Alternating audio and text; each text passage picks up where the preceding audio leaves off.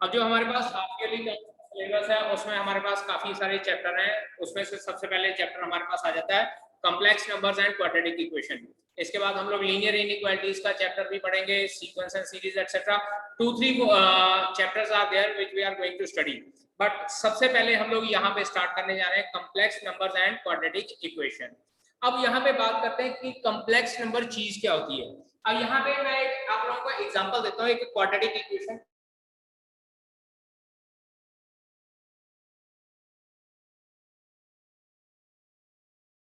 Number and quadratic equation chapter हमारे पास ये है। अब क्योंकि ये क्वाड्रेटिक इक्वेशन के साथ एसोसिएटेड होता है तो हम लोग यहाँ पे क्या करते हैं, स्टार्ट करते हैं पहले क्वाड्रेटिक इक्वेशन से।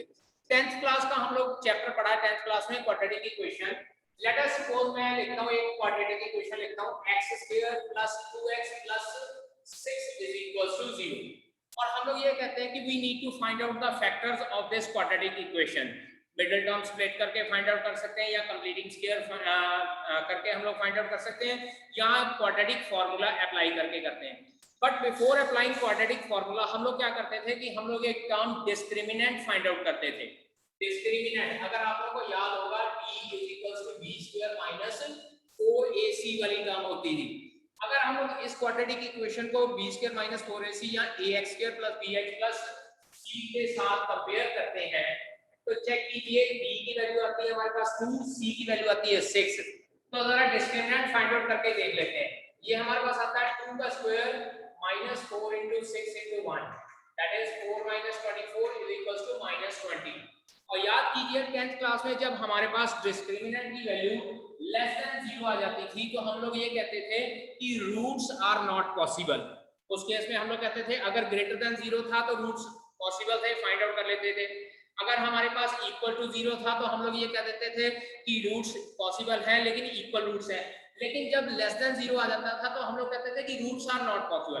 बट एक्चुअली बेटा ये चीज वो नहीं होती कि roots are not possible. Actually the term होती है कि real roots are not possible. Real roots are not possible. ठीक है जी, मतलब क्या कि इस क्वाड्रेटिक इक्वेशन के कोई भी रियल रूट्स पॉसिबल नहीं है। हाँ, अब अगर हमारे पास ये स्टेटमेंट है क्वाड्रेटिक इक्वेशन की तो कुछ ना कुछ इसका सॉल्यूशन जरूर होएगा। और अगर सॉल्यूशन एग्जिस्ट करेगा लेकिन ये कहता है कि डिस्क्रिमिनेंट कहता है कि रियल रूट्स पॉसिबल नहीं है, रियल सॉल्यूशन पॉसिबल नहीं है, तो इसका मतलब हम लोग यहाँ पे ये कंसीडर कर सकते हैं कि इसके कुछ इमेजिनरी सॉल्यूशन पॉसिबल हो सकते हैं। तो उस इमेजिनरी सॉल्यूशन को फाइंड आउट करने के लिए to find out that imaginary solution एक नई चीज इंट्रोड्यूस की गई थी, imaginary number. The new thing जो इंट्रोड्यूस की गई थी दैट वाज इमेजिनरी नंबर। और वो इमेजिनरी नंबर था आयोटा, IOTA। ग्रीक लैंग्वेज का वर्ड है बेटा जी। जैसे ग्रीक लैंग्वेज के डिफरेंट वर्ड्स हम लोग यूज करते हैं, alpha, beta, gamma, delta etcetera. इसी तरह से ग्रीक लैंग्वेज का एक वर्ड है स्मॉल आई, जिसको हम लोग छोटे आई के साथ डिनोट करते हैं, आयोटा। इसको इमेजिन किया गया था जिसकी वैल्यू हम लोग अंडर रूट में -1 कंसीडर करते हैं। आयोटा की वैल्यू अंडर रूट में हम लोग -1 कंसीडर करते हैं। उसके अकॉर्डिंगली हम लोगों ने एक इमेजिनरी नंबर कंसीडर कर लिया। अब यहाँ पे जब इमेजिनरी नंबर आयोटा -1 कंसीडर किया तो देखिएगा जब इस क्वाड्रेटिक इक्वेशन के सॉल्यूशन हम लोग करना शुरू करते हैं, x = -b + b² - 4ac, इसकी वैल्यू आई थी -20/2a यानी कि 2 × 1। अब यहाँ पे जो -20 है बेटा इसको नेक्स्ट स्टेप में हम लोग ऐसे लिखते हैं √20 × √(-1/2) √20 × √(-1). और जो ये √(-1) है इसकी जगह पे हम लोग अगले स्टेप में क्या लगा देते हैं, आयोटा। और हमारे पास इसके रूट्स क्या निकलते हैं, +-2 √20 × आयोटा/2। चेक कीजिए, अब आयोटा मैंने अंडर रूट के बाहर लिखा हुआ है। तो मींस टू से कि अगर हमारे पास कुछ ऐसी क्वाड्रेटिक इक्वेशंस जिनके हमारे पास डिस्क्रिमिनेंट लेस देन 0 आता है, अब उन डिस्क्रिमिनेंट्स को भी हम लोग सॉल्व कर सकते हैं by considering this imaginary number that is iota whose value is equals to -√1।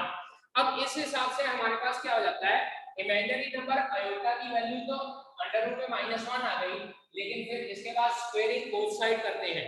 जब स्क्वायरिंग बोथ साइड करते हैं तो इसकी वैल्यू आती है -1।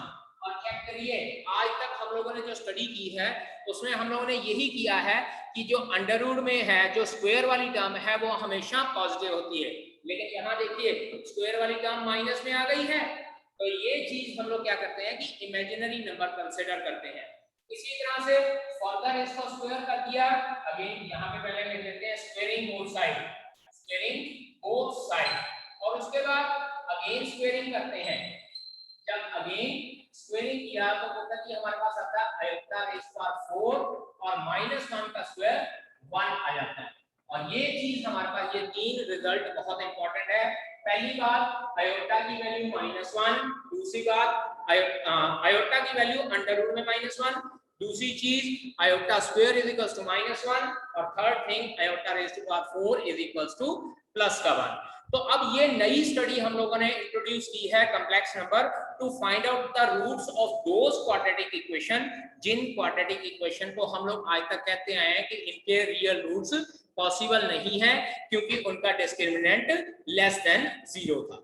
अब इसके अकॉर्डिंगली अभी तक हम लोग पढ़ते आए हैं कि रियल नंबर्स जो है वो सबसे बड़ा नंबर सिस्टम होता है, और real number further divided into rational numbers होता है, rational numbers, और it is further divided into irrational numbers। मतलब क्या है कि रैशनल नंबर भी होते हैं और irrational नंबर भी होते हैं। these two kinds comprises real number। और फर्दर जो रैशनल नंबर होते हैं उसमें हमारे पास आ जाते हैं नेचुरल नंबर्स, नेचुरल नंबर्स के बाद हमारे पास आ जाते हैं होल नंबर्स, होल नंबर के साथ साथ हमारे पास आ जाते हैं इंटीजर्स, और इंटीजर्स के साथ साथ हमारे पास आ जाते हैं फ्रैक्शंस। ये सारे के सारे रैशनल नंबर को मिलाकर बनते हैं। अब यहाँ पे रैशनल नंबर में हमारे पास वो भी होते हैं कि जो रैशनल नंबर हमारे पास टर्मिनेट नॉन टर्मिनेटिंग डेसिमल होती है और रिपीटिंग डेसिमल होते हैं। इररेशनल क्या था? Non terminating and non repeating, non terminating and non repeating, और साथ ही साथ जो अंडर रूट वाली टर्म्स होती हैं वो भी हमारे पास इररेशनल नंबर में आता था। ये सारी स्टडी हम लोगों ने 10th क्लास तक की है।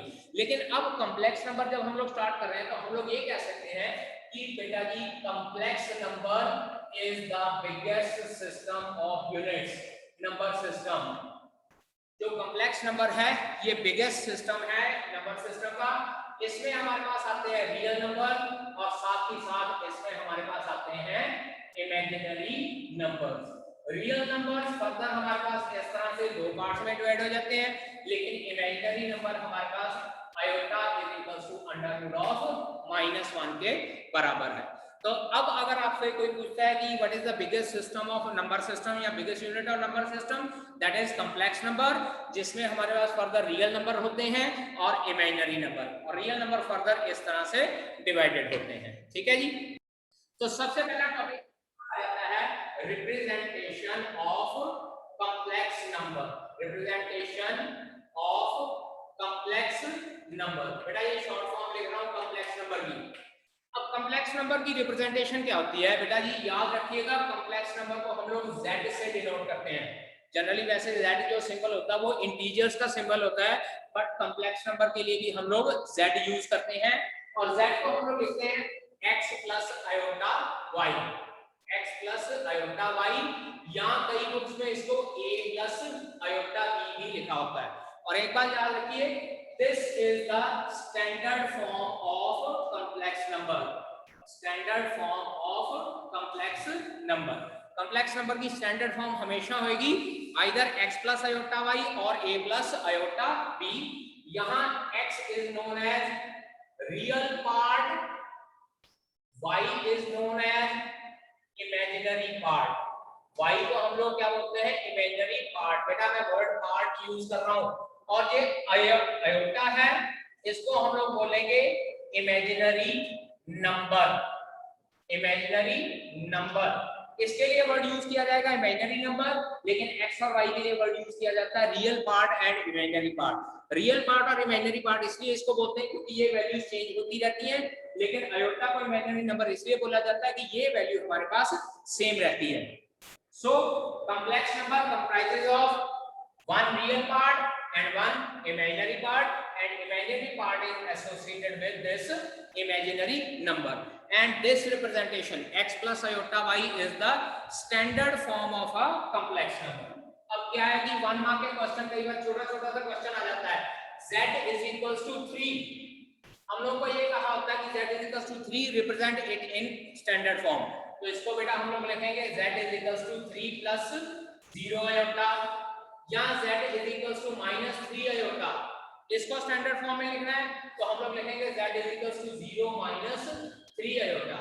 मतलब क्या है कि अगर आपके पास सिर्फ रियल पार्ट दिया और इमेजिनरी पार्ट नहीं दिया तो उसको 0 से मल्टीप्लाई करके लिख लीजिए, या इमेजिनरी नंबर दिया हुआ है, इमेजिनरी पार्ट दिया हुआ है, रियल पार्ट नहीं दिया तो उसको z is equals to 0 minus 3 iota करके लिख सकते हैं। जो टर्म नहीं गिवन है उसकी जगह पे हम लोगों ने 0 लगा देना है, ठीक है बेटा।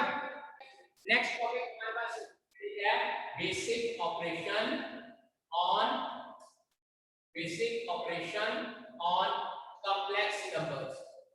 कॉम्प्लेक्स नंबर के ऊपर जो बेसिक ऑपरेशन लगते हैं, 4 basic operation, addition, subtraction, multiplication and division.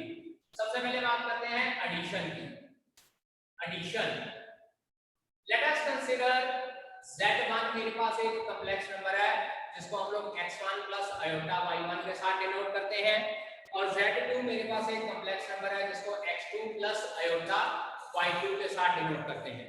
And I want to find out z1 plus z2, z1 plus z2 find out करना है। तो what we need to do, real part will be added into the real part and imaginary part will be added to imaginary part. So resultant answer will come out to be x1 plus x2 plus iota into y1 plus y2. Addition में क्या होता है, real part will be added to real part and imaginary part will be added to imaginary part. Similarly, second topic, second part हमारे पास है subtraction, means to say subtraction of two complex number. Now what we need to do, again z1 is equals to x1 plus iota y1, z2 is equals to x2 plus iota y2. We need to find out z1 minus z2. This time z1 minus z2 find out करना है हम लोगों ने। Imaginary part की subtraction, again same case जैसे addition में होता है, real part will be added to real part, imaginary part will be added to imaginary part. Similarly here also real part will be subtracted from real part and imaginary part will be subtracted from imaginary part. Example ले लेते हैं, let us consider z is equals to 2 minus 3 iota z1 और z2 is equals to 4 plus 6 iota। अब मुझे z1 plus z2 find out करना है और z1 minus z2 find out करना है। See here z1 plus z2, यहां से क्या आ जाएगा, real part will be added to real part, that is 2 plus 4 plus iota into, यहां इमेजिनरी पार्ट का -3 और here imaginary part was 6, so ultimately answer क्या आ जाएगा, 6 plus 3 iota, and this is the answer for addition of two complex number। अब इसके बाद बात करते हैं subtraction of two complex number, हम लोगों ने फाइंड आउट करना है। So what we need to do, again here z1 minus z2 is equals to, real part में से रियल पार्ट सब्ट्रैक्ट करना है, 2 minus 4 that is 2 minus 4 plus iota into -3 minus 6, and its answer will come out to be -2 minus 9 iota। तो z1 minus z2 हमारे पास क्या आ जाएगा, -2 minus 9 iota। Means to say addition हो या सब्ट्रैक्शन हो, same will be applicable to the real part as well as imaginary part. Means real part will be added subtracted to real part, imaginary part will be added and subtracted to imaginary parts। Now third one is multiplication of complex number, multiplication। अब multiplication के वक्त बेटा क्या होता है, late us consider z1 is equals to x1 plus iota y1, z2 is equals to x2 plus iota y2। I want to find out z1 multiplied by z2। बेटा जी दोनों को मल्टीप्लिकेशन हम लोगों ने फाइंड आउट करनी है। Now what we need to do, multiplication के वक्त क्या करते हैं, इस तरह से लिखते हैं x1 plus iota y1 multiply by x2 plus iota y2, दोनों को आपस में मल्टीप्लाई करना शुरू किया। अब जब मल्टीप्लिकेशन करनी है ना, we have to perform algebraic multiplication. Algebraic multiplication करनी है मतलब क्या है कि पहले ये x1 इन दोनों के साथ मल्टीप्लाई होएगा, फिर ये y1 इन दोनों के साथ मल्टीप्लाई होगा। It will be like this, x1 into x2 plus iota y2 plus iota y1 into x2 plus iota y2. Now see here, x1 multiply हो जाएगा x1 x2 plus iota x1 y2, और जब ये अंदर multiply होएगा iota x2 y1 plus iota multiply by iota, iota square into y1 and y2, iota square into y1 and y2। अब बेटा बात ये है कि जब हम लोग iota square करते हैं तो मैंने आपको पहले बताया iota square की वैल्यू होती है -1। यहां पे लिखेंगे this will be equals to x1 x2, इसके साथ हम लोग -y1 y2 लिख लेते हैं यहाँ पे, और इन दोनों में से iota कॉमन निकाल लेते हैं, x1 y2 plus x2 y1। ये माइनस इसलिए because iota square is equals to -1। एक बात याद रखिएगा, क्वेश्चन में जब भी आप लोगों के पास आयोटा स्क्वायर आ जाएगा, आप लोगों ने क्या करना, उसकी जगह पे -1 कर देना फॉर सिंप्लीफिकेशन, फॉर सॉल्यूशन से। वहां पे देखिए iota square into y1 y2 आया, मैंने आयोटा स्क्वायर की जगह पे माइनस का साइन लगा दिया, और जब ये माइनस का साइन लगा दिया, ये इमेजिनरी नंबर मेरे पास रियल पार्ट में कन्वर्ट हो गया।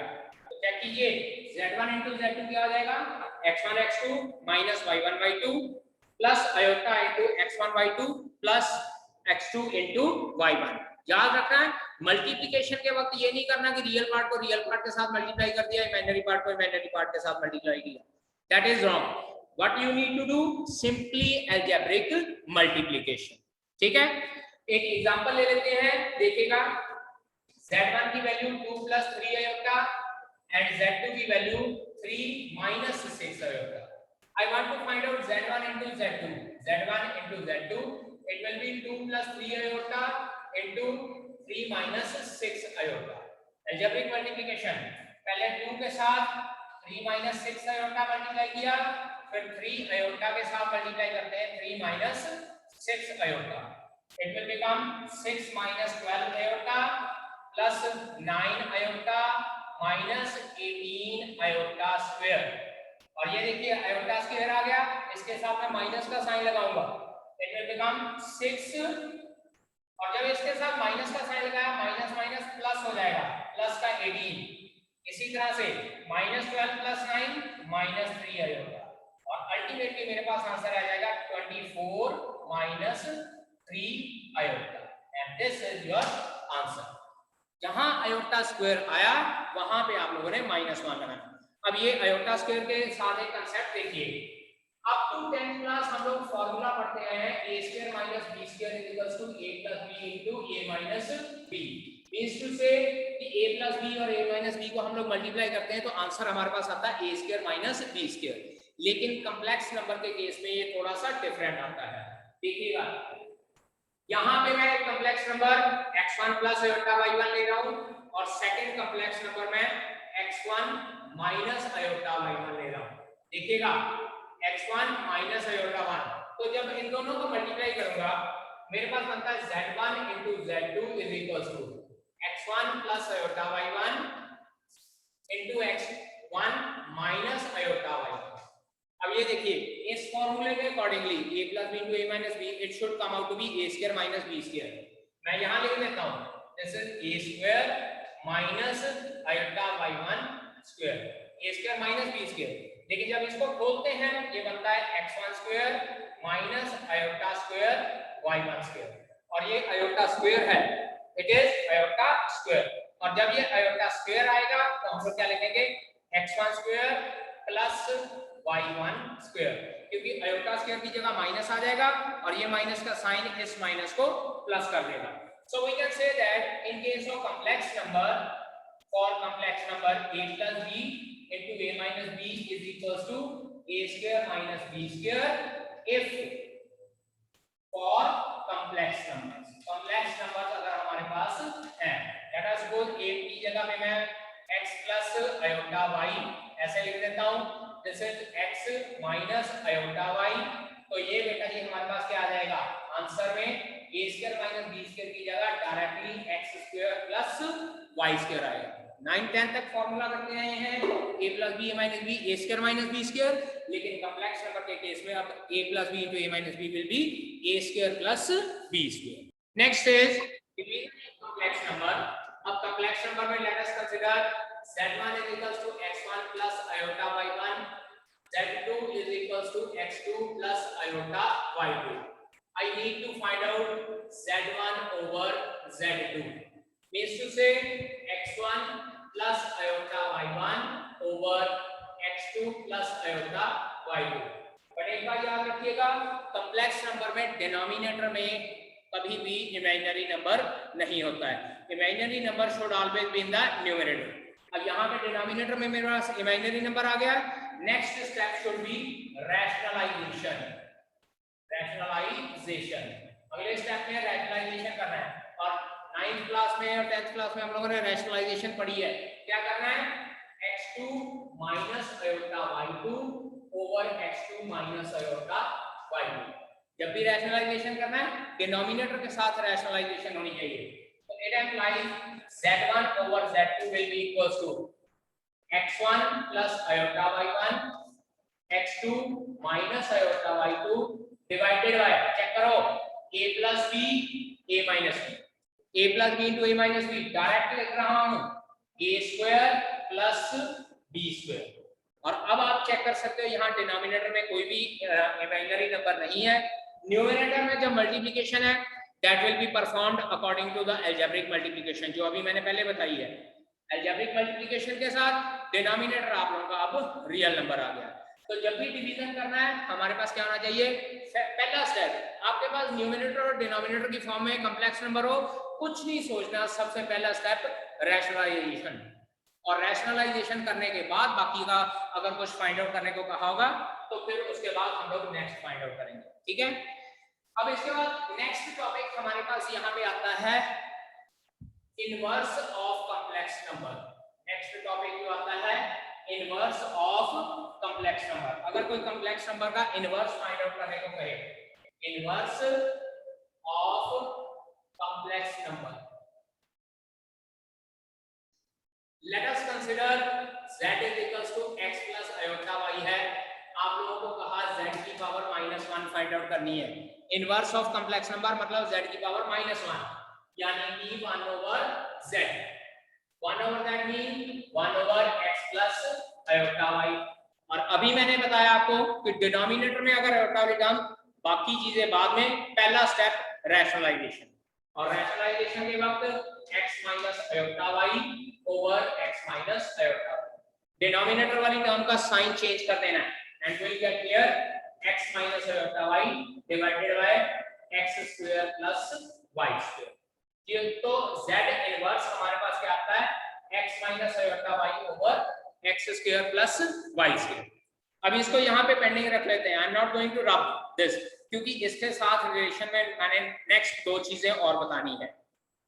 First one is conjugate of complex number. The word is conjugate, conjugate of complex number. And second thing is modulus of complex number, modulus of complex number। अब बेटा modulus से meaning ये नहीं है कि आप लोगों ने पॉजिटिव आंसर लिख देना है, जैसे 10th क्लास तक करते हैं कि मॉडुलस में हम लोग पॉजिटिव नंबर लिख देते हैं। यहाँ मॉडुलस का नंबर ये नहीं होता कि हम लोगों ने पॉजिटिव नंबर लिखना है। चलिए सबसे पहले बात करते हैं कंजुगेट। अगर z कोई कॉम्प्लेक्स नंबर है x प्लस आयोटा y, तो उसका कंजुगेट बेटा जी z बार के साथ डिनोट किया जाता है। और z बार हमारे पास क्या हो जाएगा, x प्लस आयोटा y के ऊपर बार। और एक चीज याद रखिएगा, कंजुगेट का मीनिंग होता है कि सिर्फ और सिर्फ आयोटा वाली टर्म का साइन चेंज करना है। तो it's answer will come out to be x minus iota y। Check कीजिए, आयोटा वाली टर्म का साइन चेंज किया। Let us suppose z is equals to -2 -3 iota, और मुझे कहा है z कंजुगेट फाइंड आउट करना है, यानी कि -2 -3 आयोटा का conjugate. So it's answer will be -2 plus 3 iota. Check कीजिए, मैंने रियल पार्ट का साइन चेंज नहीं किया, सिर्फ इमेजिनरी पार्ट का साइन चेंज किया। तो रूल ये कहता है कि जो कंजुगेट जब किसी कॉम्प्लेक्स नंबर का फाइंड आउट करना है, you need to write down, you need to change the sign of imaginary part. Imaginary part का साइन चेंज कर देना। So x plus iota y will become under root of x minus iota y। इसके बाद बात करते हैं modulus of complex number. उसको हम लोग इस तरह से डिनोट करते हैं मॉड z के साथ। अगर z आपके पास कॉम्प्लेक्स नंबर है x प्लस आयोटा y, यहां पे लिख देते हैं, तो it implies its modulus will be equal to, बेटा जी याद रखिएगा, under root of x square plus y square, मतलब रियल पार्ट का स्क्वायर प्लस इमेजिनरी पार्ट का स्क्वायर। बेटा फिर से बोल रहा हूं, मैं वर्ड यूज कर रहा हूं रियल पार्ट और इमेजिनरी पार्ट। रियल पार्ट और इमेजिनरी पार्ट मतलब यहाँ पे अयोटा वाली टर्म नहीं लेनी है, अयोटा का कोफिशिएंट लेना है। अगेन देखिए, -2 -3 अयोटा, अगर इसका z मॉड फाइंड आउट करना है तो इट विल बी -2 का स्क्वायर प्लस -3 का स्क्वायर। देखिए मैंने अयोटा नहीं लिया, I am not taking iota, only -2 का स्क्वायर एंड -3 का square, that is under root of 13। Iota ले लोगे तो पुत्र वो वहां पे माइनस का साइन आ जाएगा, वो गड़बड़ हो जाएगी। सो जब भी मॉडुलस फाइंड आउट करना है, you need to find out under root of x square plus y square means real part का स्क्वायर और इमेजिनरी पार्ट का। अब ये दो रिजल्ट देखिए, एक ये रिजल्ट और एक ये रिजल्ट, इन दोनों रिजल्ट को इसके साथ कंपेयर कीजिए। देखिएगा ये z conjugate over z mod का स्क्वायर इन दोनों के बराबर आ जाता है। अगर आप लोग चेक करें तो जो z इनवर्स है that is equals to x minus iota y, क्या था, z का कंजुगेट था, और जो x square plus y square that that इज z मॉड का स्क्वायर। ये हमारे पास z मॉड का स्क्वायर आता है। You can check here, this is z mod over z mod का स्क्वायर। चेक कर लीजिए, इसका जब हम लोग स्क्वायर रूट का स्क्वायर करते हैं तो x square plus y square ही आएगा। तो इट मींस z का इनवर्स अगर फाइंड आउट करना है तो हम लोग ये भी लिख सकते हैं, formula z conjugate divided by z mod का स्क्वायर। ठीक है बेटा, so please note down, 5 properties होती हैं कंजुगेट की, कि कॉम्प्लेक्स नंबर के कंजुगेट का दोबारा कंजुगेट ले ली जाए, कॉम्प्लेक्स नंबर वापस आ जाता है। एडिशन सब्ट्रैक्शन में कंजुगेट करें तो सेपरेट कंजुगेट हो सकता है। मल्टीप्लिकेशन में कंजुगेट फाइंड आउट करें तो वो भी सेपरेट हो सकता है। सिमिलरली डिवीजन में कंजुगेट फाइंड आउट करें तो वो भी सेपरेट हो सकता है। And most importantly z mod का स्क्वायर यानी मॉडुलस ऑफ कॉम्प्लेक्स नंबर का स्क्वायर जो होता है वो कॉम्प्लेक्स नंबर और उसके मॉडुलस के मल्टीप्लिकेशन के बराबर होता है। ठीक है बेटा, so that's all for the today's lecture. आज के लिए इतना ही, क्योंकि ये प्रॉपर्टीज वगैरह कॉम्प्लेक्स नंबर की हम लोगों ने करनी थी। Remaining we will discuss tomorrow.